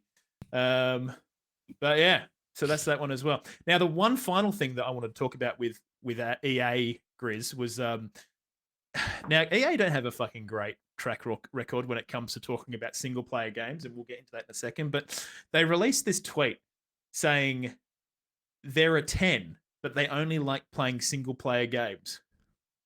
That was their tweet. Which is basically just taking a dump on single player games, man. Who the fuck greenlit that tweet, dude? The companies this size have huge PR departments. Who actually thought that was a fucking good idea? I just do not understand. I really don't. It's just so dumb. The dumbest fucking tweet you could write. They got a lot of backlash, hey, Cap? They did big time. And they got fully fucking roasted because they've done other stupid shit in the past when it comes down to this. Now, they did respond saying, roast well deserved because people just got stuck right into them. And said, we'll take the L because playing single player games actually makes them an 11. That's a big old backpedal there, mate. Yeah, Opposite ends. Now, just for context, I guess, it's kind of weird coming from them, Cap, because they've copped a lot of shit about really poor monetization in their multiplayer games and, poor implementation of monetization. Battlefront being the classic. Look at that one. What was that other MMO that failed? Is it Anthem? Is that EA as well? Anthem? Yeah, I think it was, wasn't it? Anthem. No, it was BioWare, which I think EA. Anthem game. Let's just find out real quick. So where are we? BioWare, who are owned by EA. Yeah. So comes down the thing. Yeah, shitting on single player games, and they've got these. The best reply in here was by a guy called Paul Tassi, who is a journalist for Forbes, and he said, "Understandably, you are unfamiliar with the concept of tens," which I thought was fucking amazing. But yeah, they got fucking thoroughly roasted and well deserving of it. So, but the thing is, Chris, this is not the first time they said dumb shit like this. Now, where was the, and this is also coming from a company that did incredibly well with their most recent Star Wars game. That Cap, is the controversy worth the clicks? Probably. Is this the Janet Jackson pop your titty out on stage EA move here, mate? It could, maybe it is. I don't know. It's probably one of their more popular tweets in most recent time. Probably just because they went full dingus. But now, here's one thing they said a while back, and this was in 2017. This was noted. So EA closed down Visceral Games, and Visceral, I believe, worked on Dead Space. And I tell you what, when they said this, it pissed me off because I fucking loved Dead Space, and it really fucking drove a stake into my heart because I was like, fuck you guys, how dare you, when you've killed Dead Space, you completely fucked it with microtransactions, and you say shit like this. They basically, just to kind of, air quote this, they basically said, people don't really enjoy linear games as much today. And it's like, dude, what the fuck is wrong with you guys? They just keep doing it. They keep stepping in their own shit. They keep dropping a shit and stepping and walking backwards into it. So they're not doing a particularly good job. But yes, anyways, I just wanted to kind of bring up the fact that yes, EA received an incredibly well-deserved roast. So there you roasted go. A lot of. Did you comment on that EA thread, shit. Cap? Did you comment on that thread, mate? No, I didn't, mate. I'm just still so livid that they killed Dead Space. So they are bringing it back. How could they do this? But how could you possibly do this to my boy? So there you go. Now, Grizz, that pretty much covers all of our main topics. So let's jump into our quick fire round. So these are all of the news stories that we probably don't really want to go too in depth with, but just kind of want to bring to your attention. And we might do one after another, Grizz. I'll do the first one. You can do the second one. How's that sound? Sounds good, mate. Yep, let's do it. All right. So first one off the rack. Call of Duty removes a skin from its skin store. Call of Duty Warzone. Big floofy fucking Samoyed dog skin that you could get for your Call of Duty Warzone character. Because they reportedly plagiarized it. So this person, Salen, basically came out and said, hey, this is a design that I did a while back, and they've just pinched the whole fucking lot. And it's insanely similar. I'm going to post it in the chat for people, just so they can see just how similar the cheeky design buggers. is. Did I reckon like devs steal so much shit over the course of? Oh, absolutely. But it's like a 1-to-1, dude. It is crazy. Is it? Is it close? Is that? Let me have a look. Oh yeah, look at that. Oh my god. Wow. Okay. Well, fair enough. Fair enough there, Cap. Yeah. Cray. Super cray. I dare say. Oh, yeah. Okay. Well. So yeah, there you go. They plagiarized. They pulled it down, and but it kind of just opens up this bigger argument of just plagiarism in general. But kind of shitty. Speaking about Call of Duty, Cap, did you know Activision's active player base has fallen below 100 million for the first time since 2019? So this is the Activision's monthly active users, the lowest in 3 years. So what do you reckon this is, Cap? Is this people have to play other games? Because it's obviously across the board, like Grizz. So I mean, it's not only just Call of Duty, but it's things like World of Warcraft would be, not doing particularly well at the moment. I would have thought. Yeah. I wouldn't have thought that a lot of the Blizzard IPs are doing amazingly in terms of multiple people playing at the same time. But it doesn't really surprise me. I think they've got a fair bit on the horizon still coming out, Grizz, and probably, Warzone, they're waiting on a big update. Like they've actually got another Warzone coming out, right? So people are probably just taking a bit of a cooler and just waiting for the next content. About that, I feel like that is a significant amount. That is a lot of people, mate. But Call of Duty has, especially Modern Warfare, has had the market share in terms of those kind of semi-realistic first-person shooters for a while, so expect it to be pretty high. Absolutely.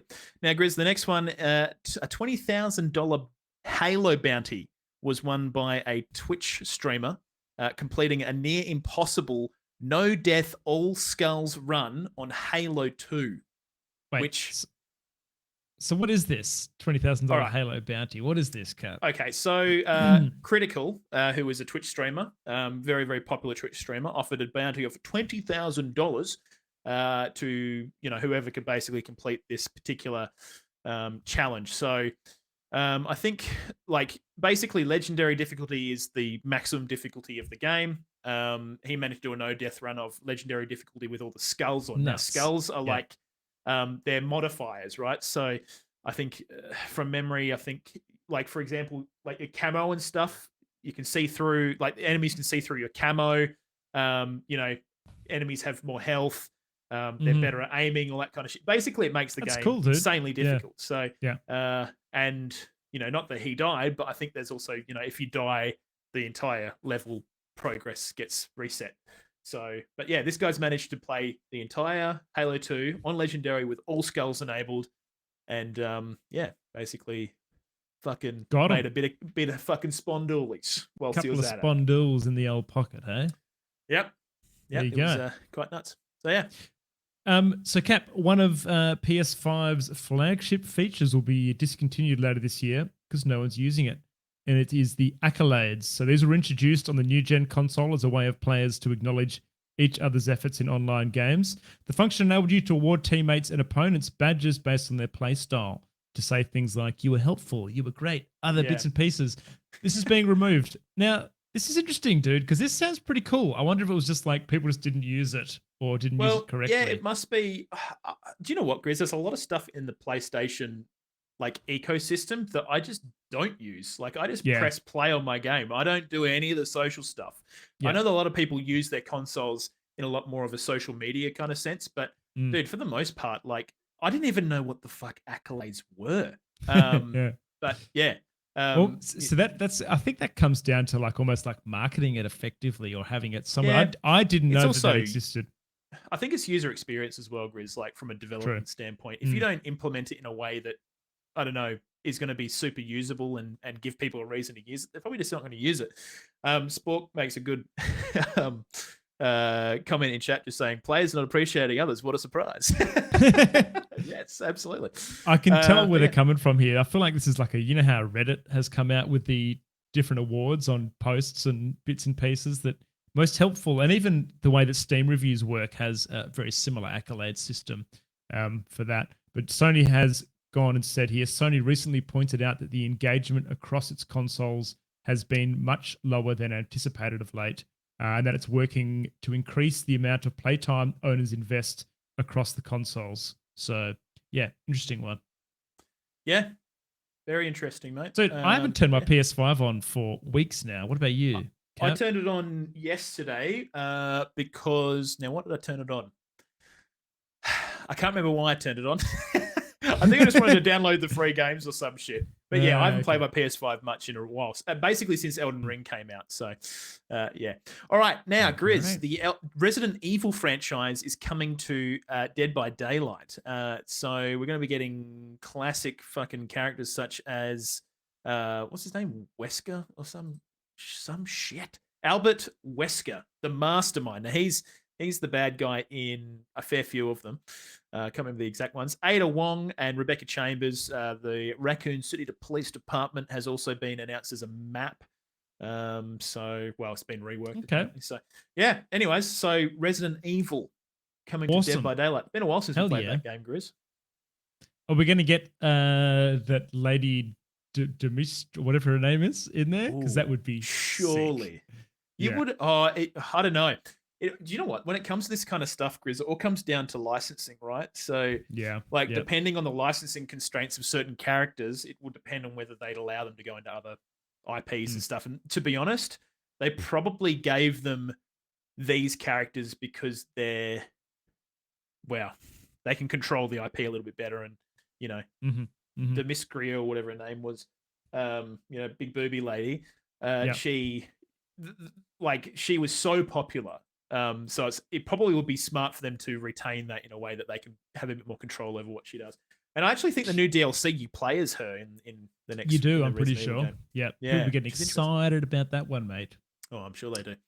Now People, you'll yeah. find this one interesting, Capo, and I'll find this one interesting as well, mate. But Microsoft is giving the Xbox Series S game developers more control over memory on the console. So this is apparently Yeah. built into the dev kit released to developers recently, and it adds more memory for game dev bits and pieces. What does this mean as a developer cap? So have they always shortcut the amount of memory that they can use in their developing games? Is it, or how does it? Well, I mean, it's an interesting one. In all honesty, Grizz, for me, it would make me think that they probably freed up memory. I wouldn't. I don't know.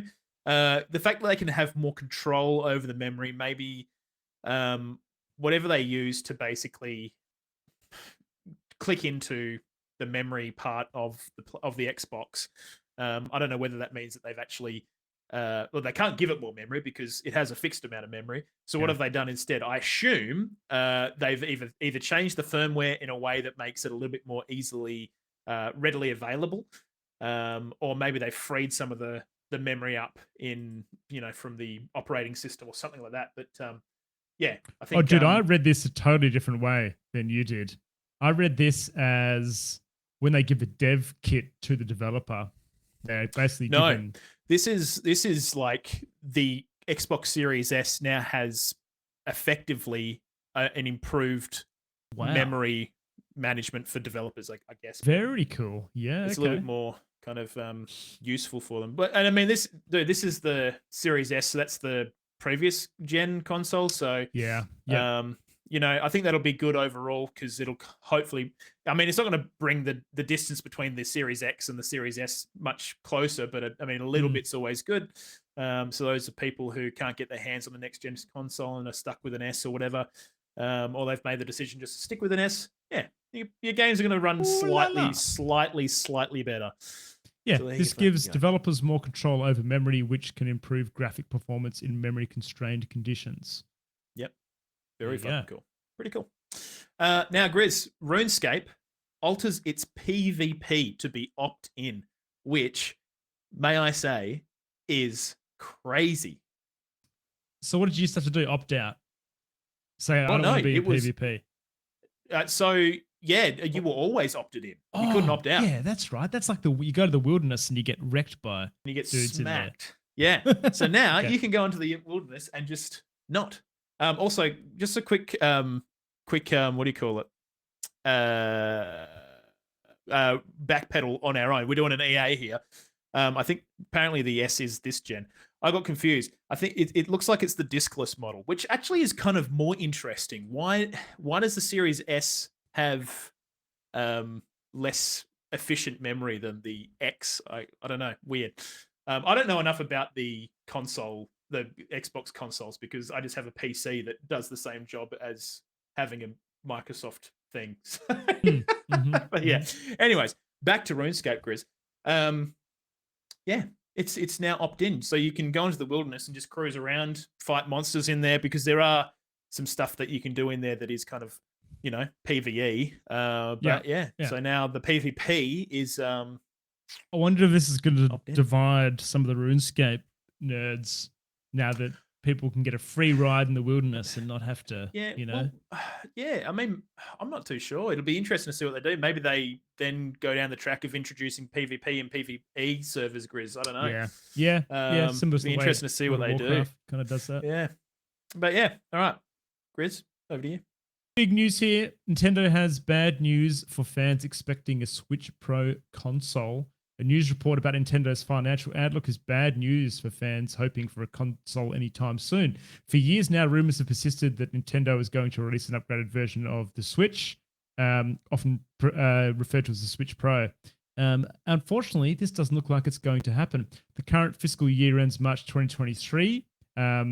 So the soonest Nintendo could launch a Nintendo Switch console would be some point after that.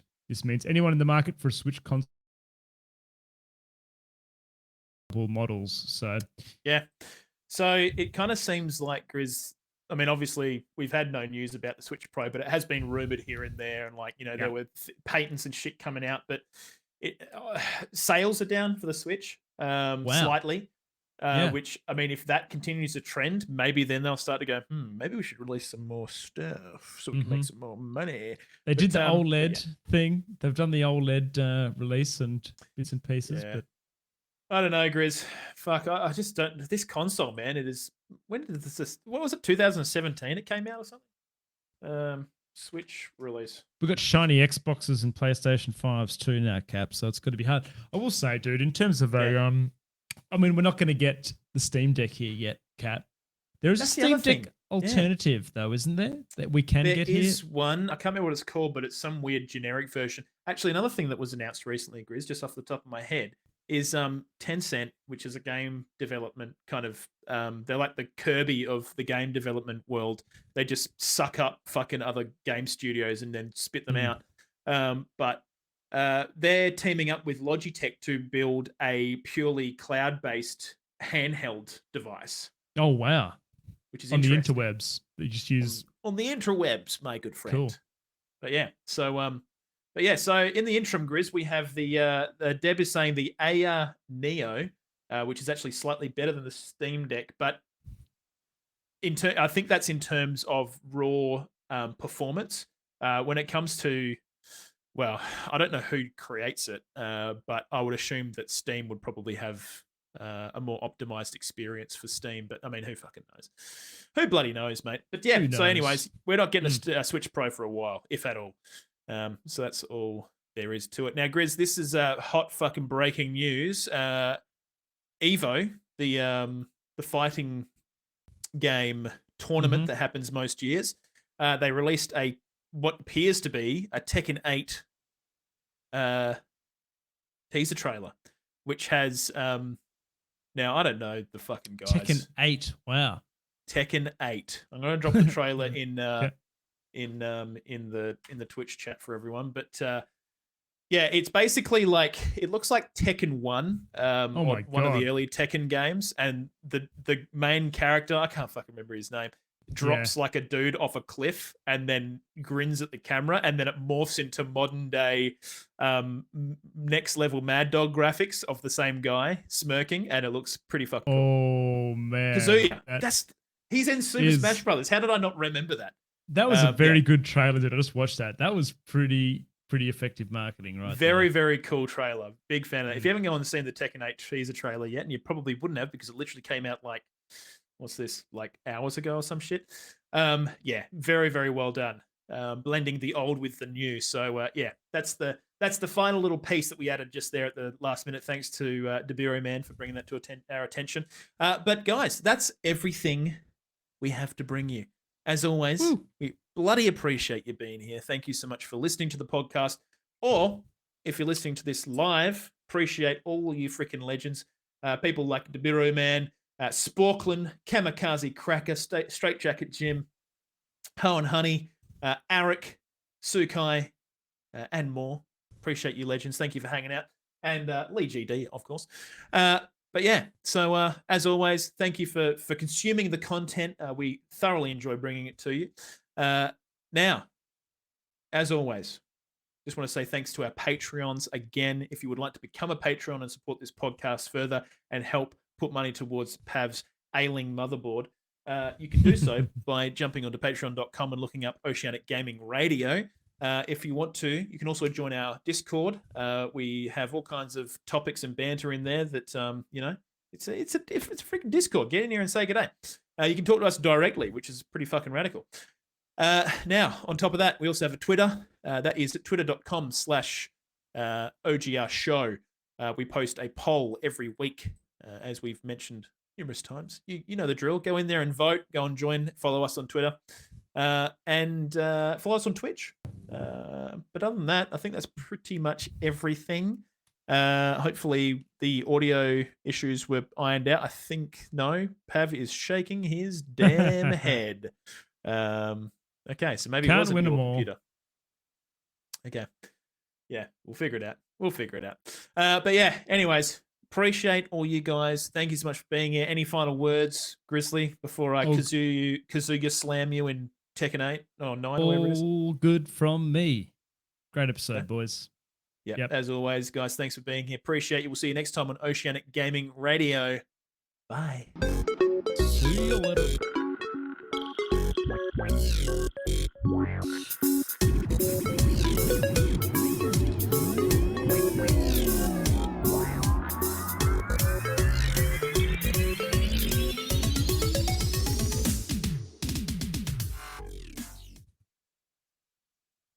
Pav's doing the head shake. Not happy, Pav?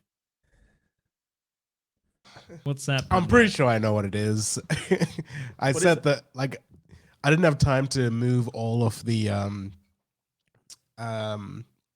Ninja stuff to my laptop, so I was still the source where we're all connecting to is on the PC. So the recording is fine, but it's every time it that is like buffering for a second, so it's like disconnecting and reconnecting quickly. So it's takes a second.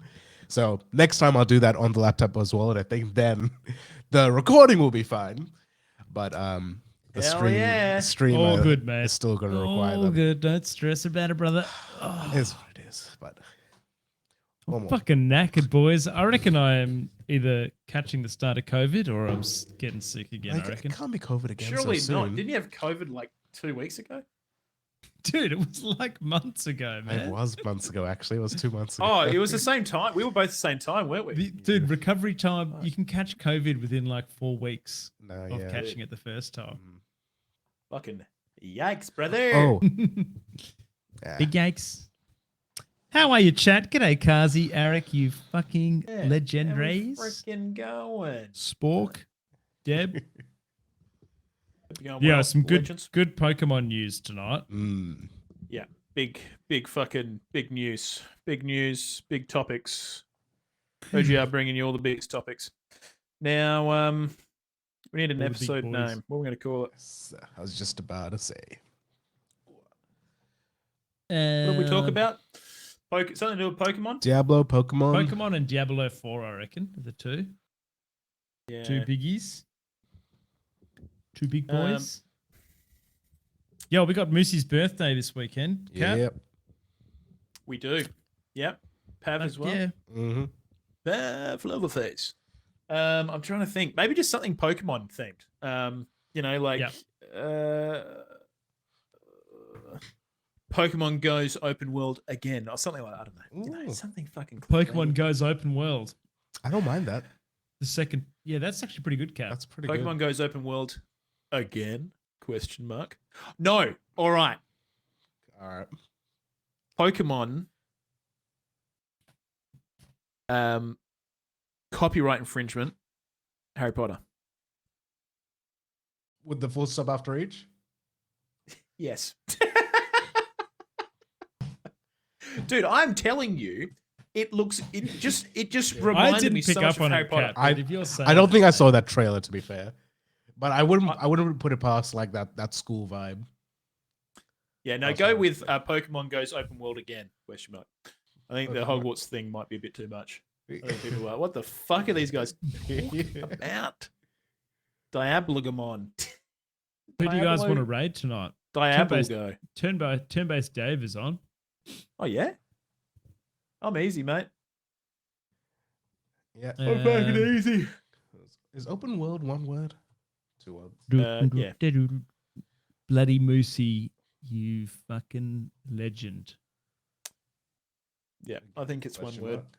For sure. For sure. Otherwise, Dirk. I Pokemon rated go to Dirk on Patreon. Friday. Pokemon go to our Patreon. Pokemon And go give to me the money. Patreon. That's Go fucking straight to the great. Patreon, That's sir. funny. You can do it. I love All that. right. Actually, open world is one word. That looks weird. Hang on, let me open. I don't think open world's not one word. What are you guys talking about? No, I think it's two words. It's definitely not one. Fucking give me a hard time But about also, poll. 2 words look weird. Ah, fuck it. I don't care. That's done. It looks. Oh, yeah. Okay. It's good. Fellas, are we missing anything? I think I'm all good. I got it all. Oh no, wait. I just dipped again. There it is. All right. Steve Vegeta's on. I can't back. see him on my list though. Stevie. He's good value. Steve Vegeta. Why can't I see him on my list? Ring, ding, ding, I don't know, mate. I don't know. No, I'm not too sure what's going on there. I don't know why you can't see him. Steve Vegeta. Oh, am I following? Oh, yeah. Who do you guys want to raid? I'm easy. What's You guys everyone choose. playing? Steve Vegeta's playing Sonic. Classic. We've got Turn-Based Dave playing The Legend of Zelda: Link to the Past. We've got Dirk playing Super Mario World. We've got Sorry, you continue. Lee, next Perth event was supposed to be this Saturday coming, but I've had COVID and I didn't plan anything. Keep an eye out on the Stream Perth Discord. I'll be chatting in there tomorrow to see if anyone's still free to do something this weekend. If not, we will reschedule to a couple weeks away. That goes I don't to mind, Grizz. boys. I don't know where we're going. Do you know how to get a Pokemon on a bus, Grizz? Your Pokemon. No, you just open the fucking door, mate. I need to clip that.